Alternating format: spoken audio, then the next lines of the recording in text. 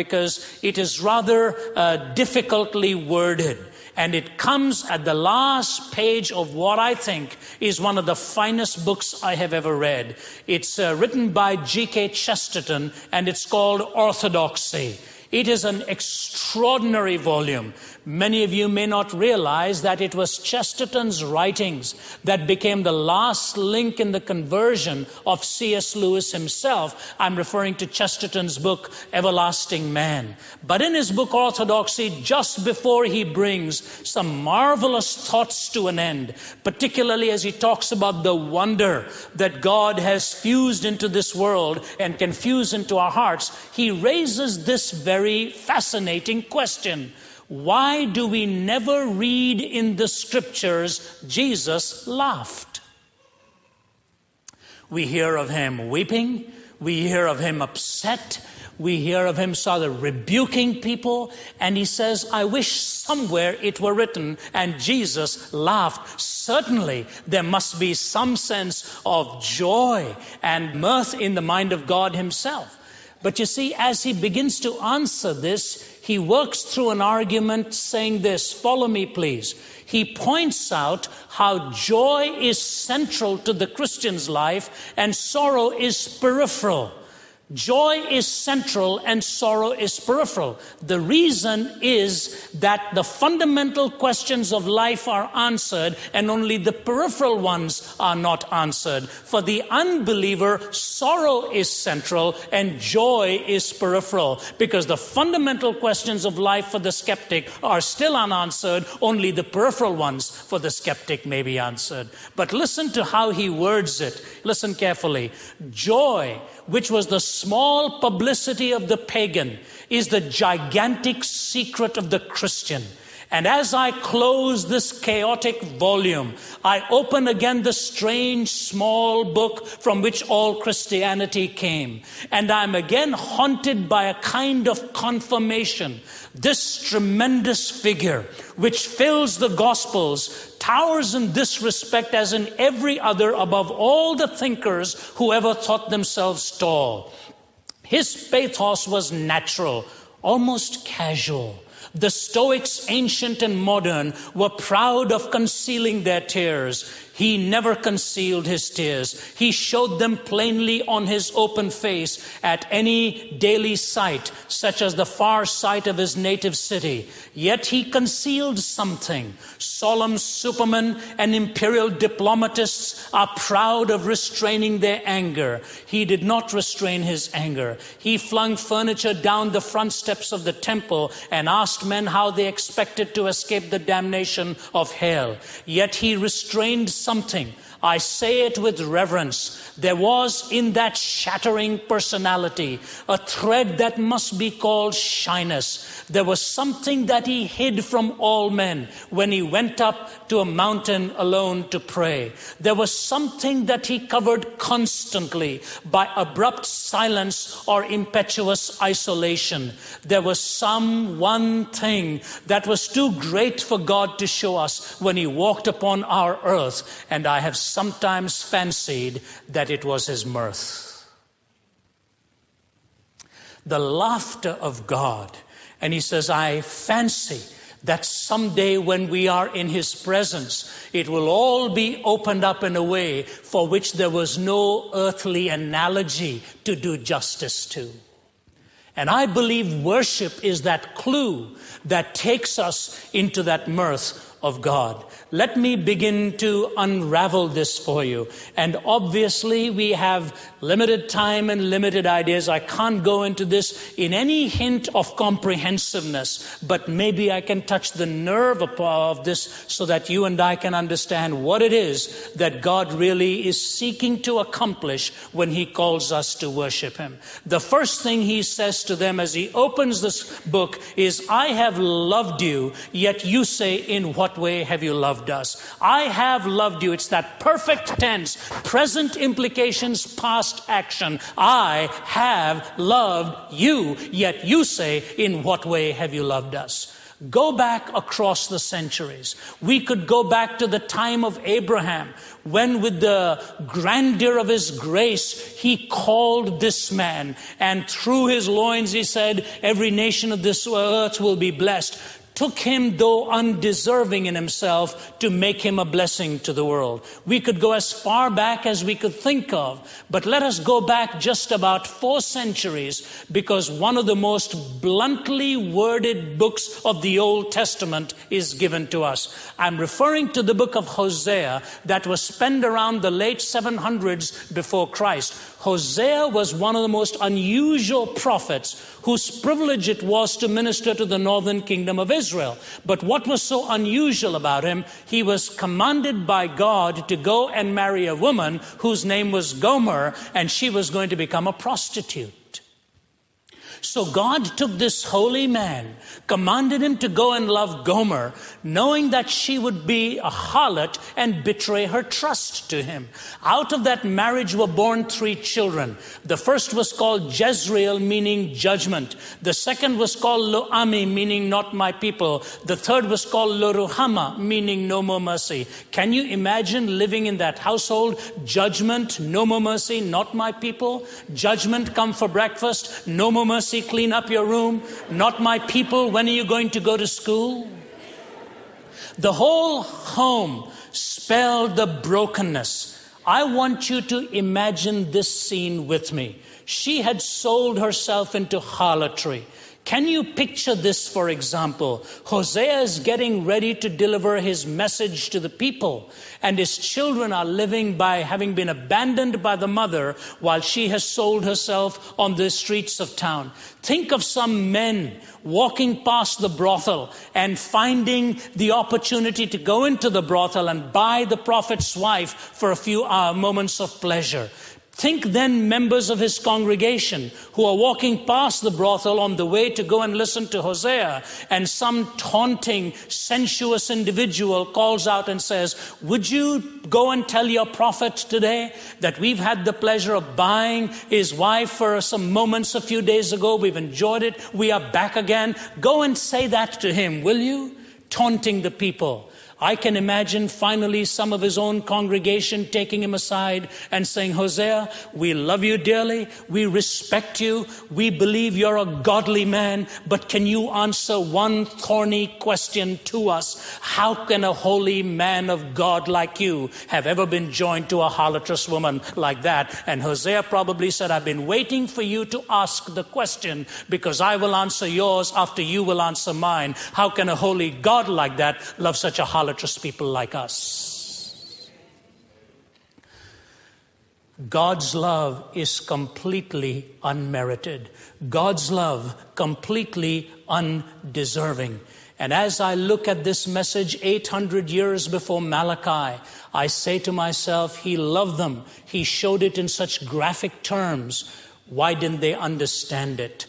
About 200 years after Hosea came a man by the name of Ezekiel. He wasn't speaking to the northern kingdom, he was speaking to the southern kingdom of Judah. And he spoke in this parable, the word of God speaking in the first person this way. I walked through the highways of this land one day, and I heard a baby crying. I went into the bushes from where the crying came, and I saw this newly born baby in the bushes, still so newly born that the afterbirth still marred its body. Its umbilical cord was only freshly severed. I took the baby to the waters nearby, and I washed its body, sprinkled it with perfume, covered it with soft pieces of cloth, and I left it with careful, compassionate care. Many, many years went by. I spied a splendidly attractive young woman. I loved her, offered her my hand in marriage. She agreed to be wedded to me. Oh, Israel, you were the little baby I rescued as I walked along the highway. You were the young woman years later who had grown up from being that little one. I loved you, desired you, and committed myself to you. Now, after years of being wedded to you, Israel, all of these in metaphorical usages, of course, he says, after years of being wedded to you, I wish I could call you a harlot. But you know what? A harlot at least defends herself by saying she is paid by her lovers to lie with them. Israel, you've become worse than that. You're paying your lovers to lie with you. 800, harlotry was the biggest charge. 586, harlotry would have been flattering. 400 BC, he says, I have loved you. And they say, in what way? You know, ladies and gentlemen, somewhere in the world of philosophy, we made a huge blunder across the centuries when we lost contact with the reality of our emotions and made human beings purely cerebral. And then in the 1950s and the 60s, the existentialist philosophers became so popular, focusing on emotion, focusing on passion, focusing on experience, and swung the pendulum to the other degree where rationality was not as important as much as acting with passion for the moment became that important. Somewhere in the middle is the balance. God has given us our emotions for a reason. Just as he has given us sensitivities to touch. When you put your hand on something that burns, you pull it away. And the reason you pull it away is you know if you keep it there, it'll burn the rest of your body. Emotions are supposed to be indicators of reality, not fabricators or framers of reality. Let me underscore this, because this is such a vital part of worship. C.S. Lewis, in his book, The Abolition of Man, has as his opening chapter a strange title, Men Without Chests. Now that's a strange title. He's not talking about us fellows who are not bodybuilders, but he's got something better in mind. You know, Lewis never liked to criticize anybody, and Lewis never liked to respond to criticism. On this one occasion, he made one slender response and backed away. What was he responding to? There was a couple of writers that Lewis did not even name by their actual name. He said, let me call them Gaius and Titius, but that's not their real name. He said, they've written a book. I won't name the book. I'll call it the Green Book. They were taking issue with Lewis's teaching of children about moral theory, that children have the capacity to be taught in moral theory. And these two, Gaius and Titius, were sort of attacking that notion, and Lewis is now mildly responding to them. And this is what he basically says. He says, Gaius and Titius are trying to tell us that moral reality and our emotions have no connection. They say something like this. They take an incident from Samuel Taylor Coleridge's life, the Romantic poet, who made a comment once about two young people walking past a waterfall. And both of them commented on the waterfall. One of them said, my, isn't it sublime? And the other said, my, isn't it pretty? And Coleridge said the young man who said it was sublime was right on target. But now Gaius and Titius come around and say, there's no such thing as a sublime waterfall. It was pretty, was more accurate, because they say when your glands respond to beauty, or when your glands respond to ideas that you call good and bad, it's not because good and bad actually exist out there. It's only because our cultural conditioning provokes a glandular, a visceral response, such that, for example, if you pick up a child on the side of the road that's been hurt, and you pick that child up, certain glands start secreting juices which tell you what you have done is a good thing. You haven't actually done a good thing. It's just a glandular response. Or if you'd taken the child that was hurt and actually suffocated it to death, you didn't actually do something bad. A different set of glands secreted a different set of juices that told you you'd actually done something bad, while there was no such thing as good or bad out there. Just in case you think that's outlandish, by the way, just watch moral education in our time. Watch what teachers are instructing students about in terms of moral right and moral wrong at their youngest age. I have been on campuses and I could tell you stories that will leave you absolutely aghast as to how they're instructing young people in moral theory. That it is actually purely a cultural construct. It is a glandular response, nothing more. C.S. Lewis says these men are conveying dangerous ideas because these these men imply to me that mathematics is real, therefore my brain is real. Food is real, therefore my stomach is real. But right and wrong don't actually exist. Therefore my emotional response to those things is purely a cultural thing. He said, if these men are believed in what they are saying, they'll produce a generation of men with heads, men with stomachs, men with no heart, men without chests. No emotion.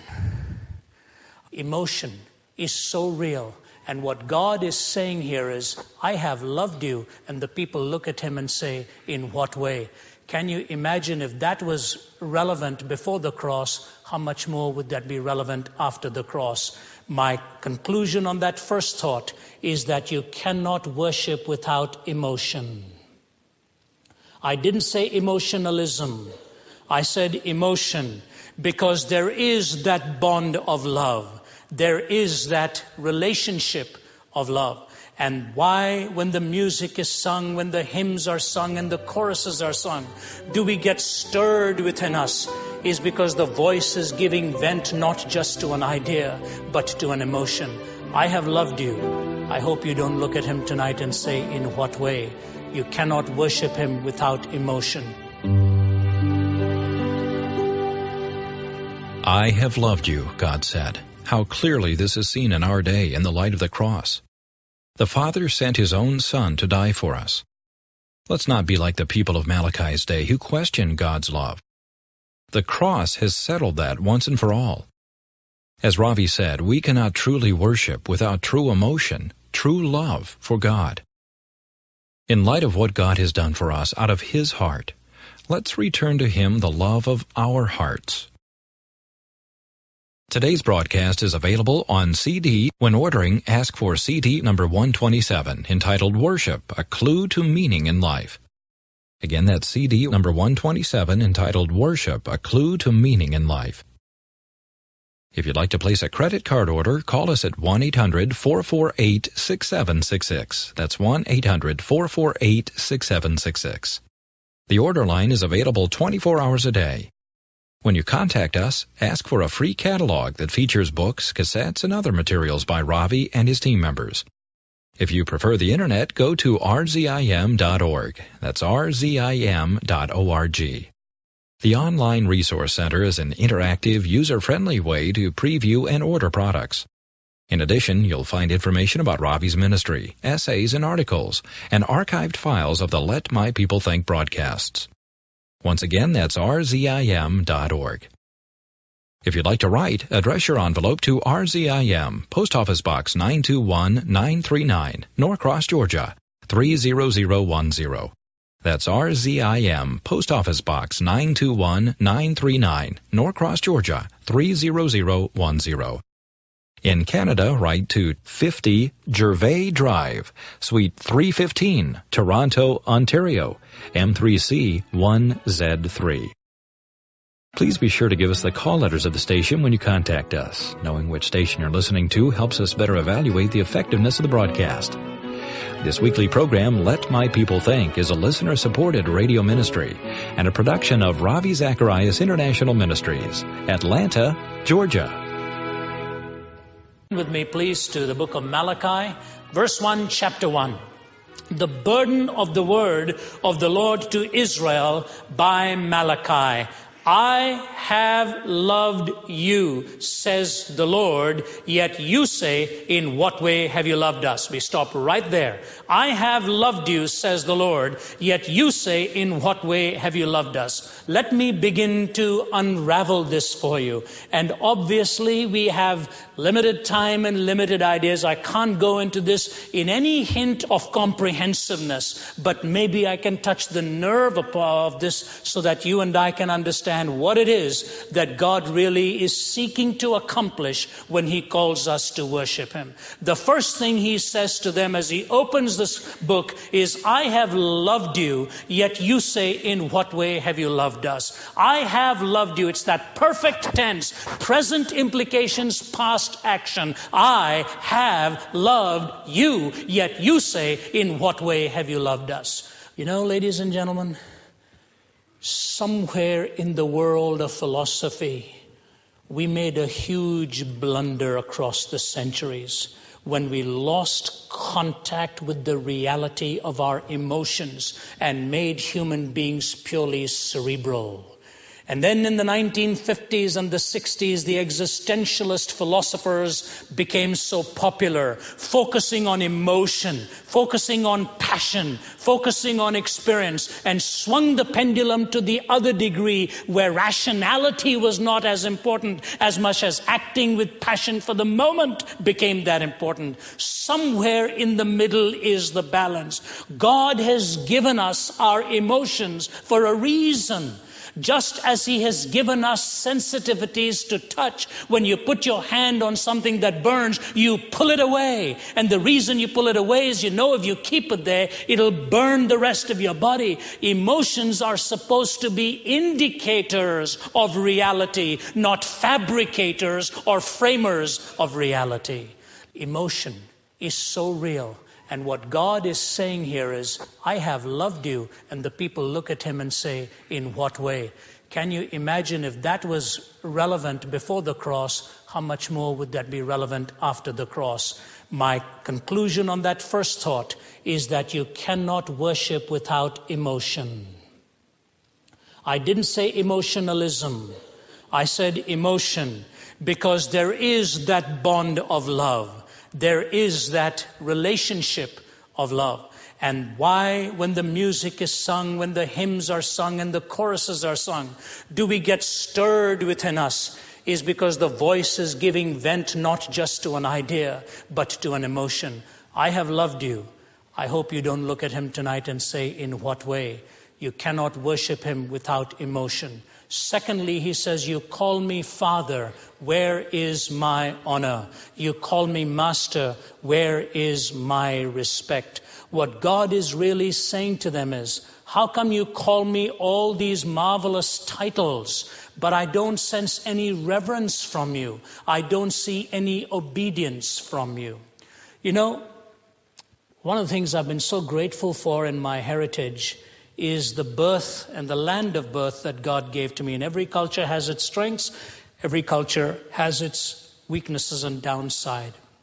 One of the great strengths of the culture in which I was raised was the respect for dad and mom, for father and mother. And there were times where I can assure you, as a young rebellious heart, you could rationalize otherwise. But over all the years, I never ever lost that sense of respect and reverence for my dad and mom. You see, in the Hindi language, the word for father is pita, and the word for mother is mata. But you do not call your father pita, or you do not call your mother mata. You call your father pitaji, you call your mother mataji. Ji is purely that term of reverence and respect. The average Indian will never refer to Gandhi as Gandhi. They'll always refer to him as Gandhi Ji. Ji is that reverential term. And so when you say Pitaji, what are you saying? You're using the nearest and the dearest term to you, father or mother. But it's like daddy, sir, mother, madam. It's not just daddy or mummy. It's daddy, sir, mummy, madam. The nearest terms to you, the ones who gave you birth, and yet that sense of respect and that sense of distance. What God is really saying to the people is, you call me Pita, where is the G? You call me daddy, where is the sir? Or you call me Father, where is the holy? When you come to God and He reaches out and says, I have loved you. When I come to Him and He has reached out to me and loved me, He is still the Lord of glory. He is still my holy Father. He's still Daddy, Sir. You call me Father. Where is my honor? One of the most difficult things for me to understand in recent developments in worship, I'm beginning to wonder, have we lost that sense of reverence for Him? Think about it. It's really not meant to be critical. But I often in the morning hours, one of the hardest things for me to do is to pray sitting down. I pace the floor talking to the Lord. And even then I struggle, because I know at those moments as I'm really addressing him, that hunger and yearning comes to just bend down, to bow down before him. The most popularly translated word in the New Testament for worship is from the Greek proskunein, from which we transliterate to prostrate. There is that awe, there is that reverence. You cannot worship without emotion. You cannot worship without reverence. Thirdly, he says, you offer the lame and the blind and the sick. Is it not evil? You say the table of the Lord is contemptible. What he's really saying is, these are valueless sacrifices you're bringing to me.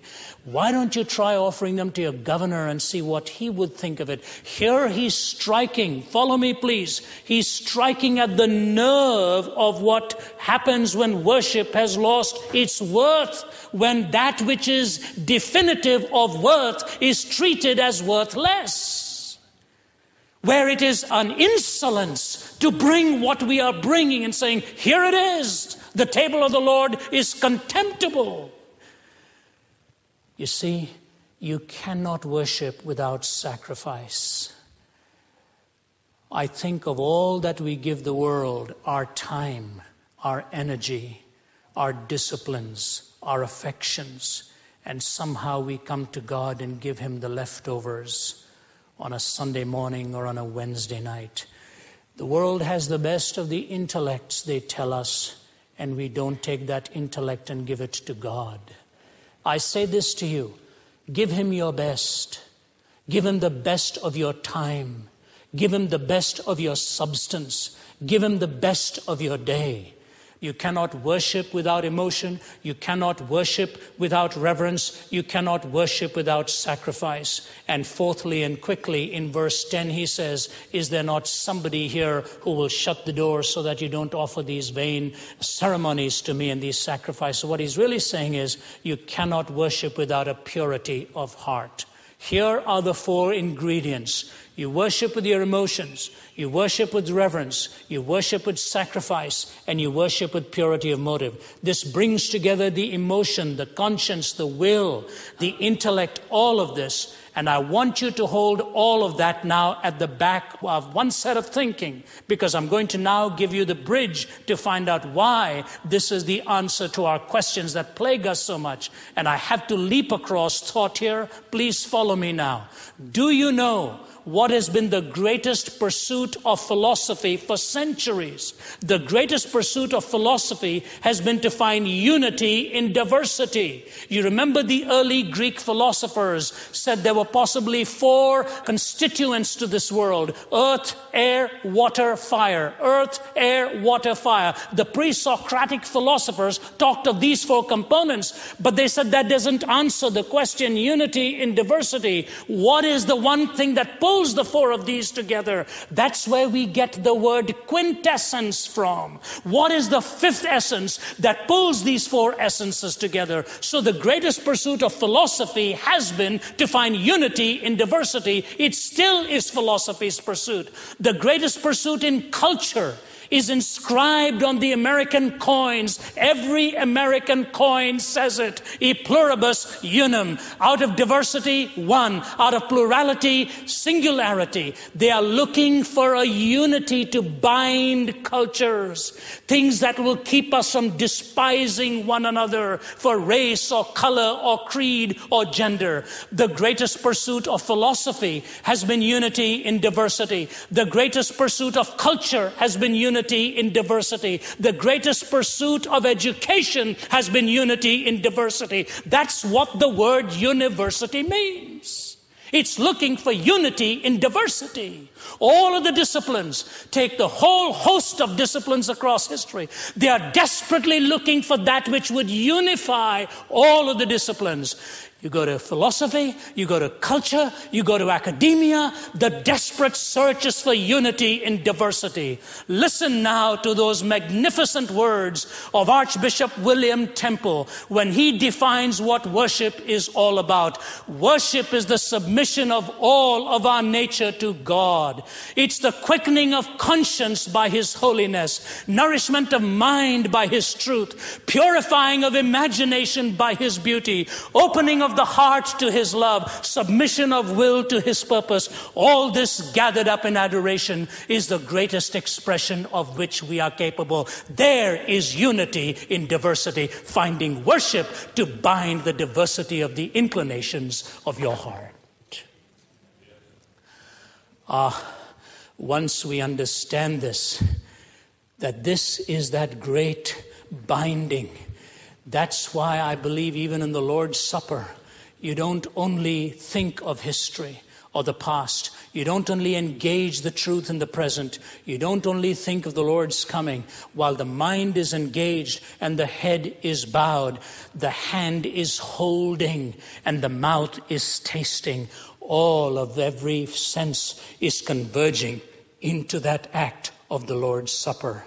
Ladies and gentlemen, in the book I end this section with these words. Worship takes the diversity of our loves and abilities and coalesces them into a direction in life. Now we can see how worship responds to guilt, for with reverence we come to Him for forgiveness. Now we can see why worship goes beyond the satisfaction of pleasure, for even pleasure has its weariness. Now we can see how worship guides our feelings, for even our feelings need to be bound and informed by the truth. Now we can see how worship needs to know who God is, for we come to Him on His terms as Daddy, Sir, or Holy Father. Now we can understand how worship counters the sense of loneliness, because loneliness cannot be dispelled by love alone. Only worship can bind all our passions, something love alone cannot do.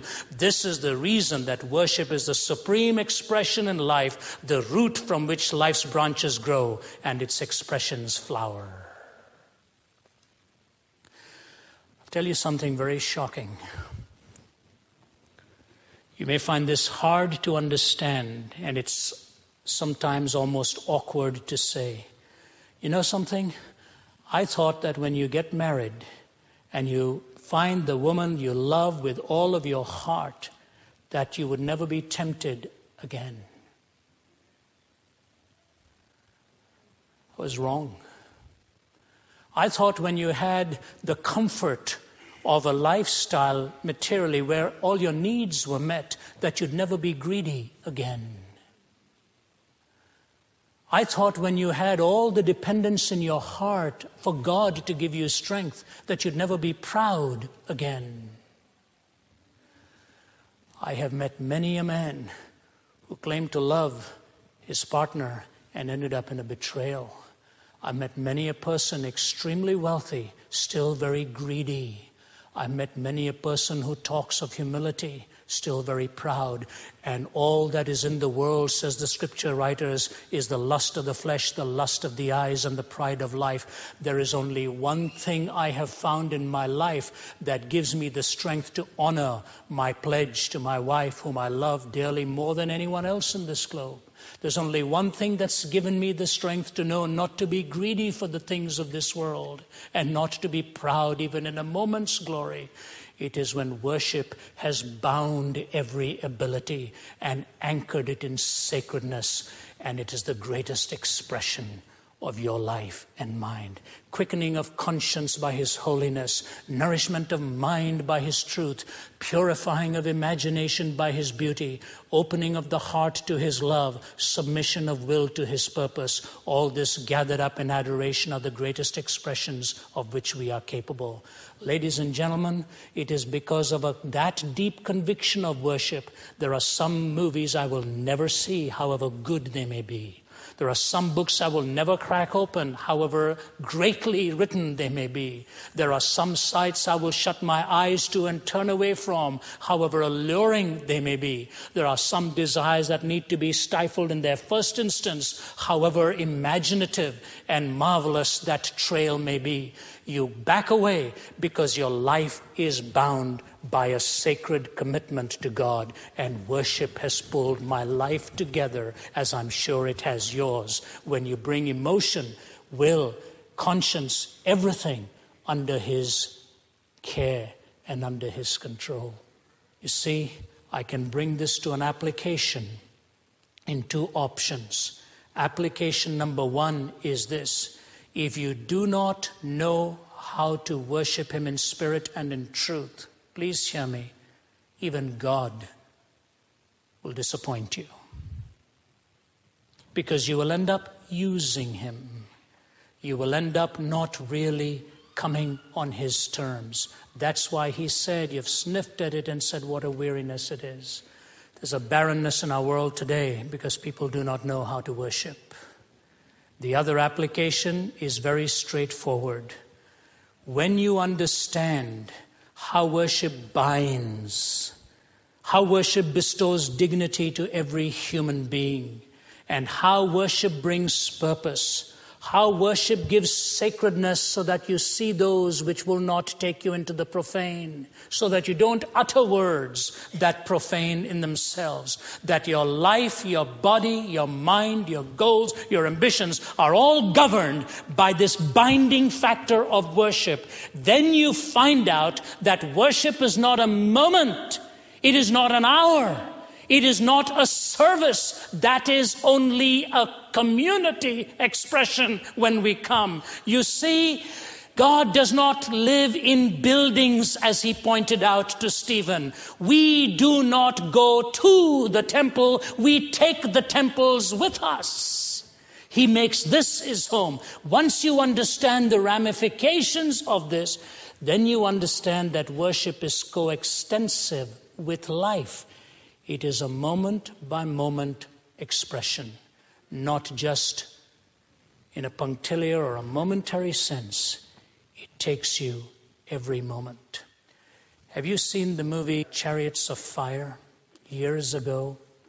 It's the true story of two runners, Harold Abrams, who ran for personal glory, Eric Liddell, the Scottish runner, who ran for the glory of God. In the early part of the movie, Harold Abrams is being asked by a friend, Montague. Harold Abrams, cocky, sure, confident. And Montague looks at him and says, I hate losing, Harold. How about you? He says, I don't know. I have never lost. Towards the end of the movie, Harold Abrams is being massaged before this great run of his, and I think it is the 1924 Olympics in Paris. And Harold Abrams is getting ready, and Montague's already run and already lost.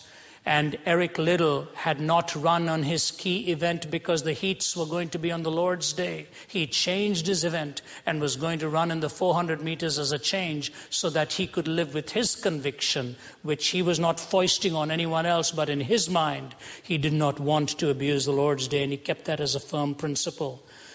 But now Abrams is about to run the 100 meters. Liddell is not running in it. And Montague looks at him and he asks him if he's ready. Do you know what he says? He says, you know, Montague, I used to be afraid to lose, but now I'm afraid to win because I have 10 seconds in which to prove the reason for my existence, and even then I'm not sure I will. He ran the 100, he won it, went out in despondency. He'd reached the climactic goal of pleasure in his life. It ultimately let him down. He had nothing left to celebrate. There was a downer after even his victory. Liddell. His sister said to him, Eric, you're giving up so much. He says, why are you giving up so much for this? And he put his hands gently on her shoulders.